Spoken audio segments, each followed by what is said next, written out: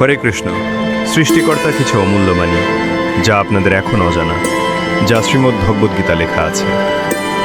1. কর্মের শিক্ষা। তোমার অধিকার শুধু কর্ম করার মধ্যে, কখনোই কর্মফলের উপর।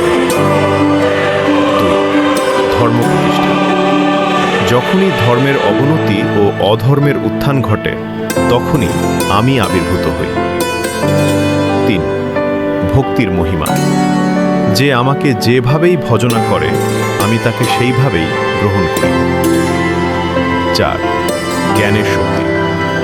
যেমন প্রজ্বলিত আগুন কাঠকে ভস্ম করে, তেমনি জ্ঞানের অগ্নি সমস্ত কর্মবন্ধনকে দগ্ধ করে। 5. সমদৃষ্টি। জ্ঞানী ব্যক্তি ব্রাহ্মণ, গরু, হাতি, কুকুর ও সমাজচ্যুত ব্যক্তির মধ্যে একই আত্মাকে দর্শন করে। 6. মনকে জয় করো।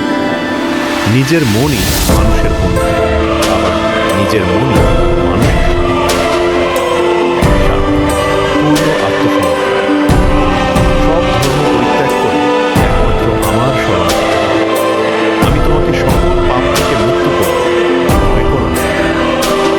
হরে কৃষ্ণ হরে কৃষ্ণ, হরে কৃষ্ণ কৃষ্ণ কৃষ্ণ হরে হরে।